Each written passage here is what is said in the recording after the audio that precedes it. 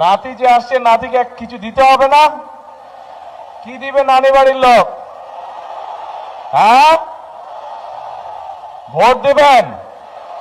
কিসে ভোট দেবেন? ধানের শীষে।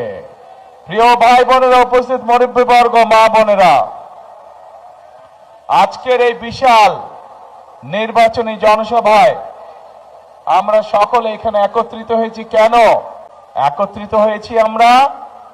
এই যে সামনের 12 তারিখে যে নির্বাচন অনুষ্ঠিত হবে, সেই নির্বাচনে বহু বছর পরে এই বাংলাদেশের মানুষ তাদের রাজনৈতিক অধিকার প্রয়োগ করবে।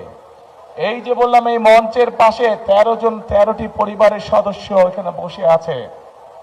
এই মানুষগুলোর স্বজনরা এই অধিকার অর্জনের জন্য, বাংলাদেশের মানুষের অধিকার অর্জনের জন্য নিজের জীবন উৎসর্গ করেছিল। গত 16 বছরে আমাদের বহু নেতাকর্মী অত্যাচার নির্যাতনের শিকার হয়েছিল।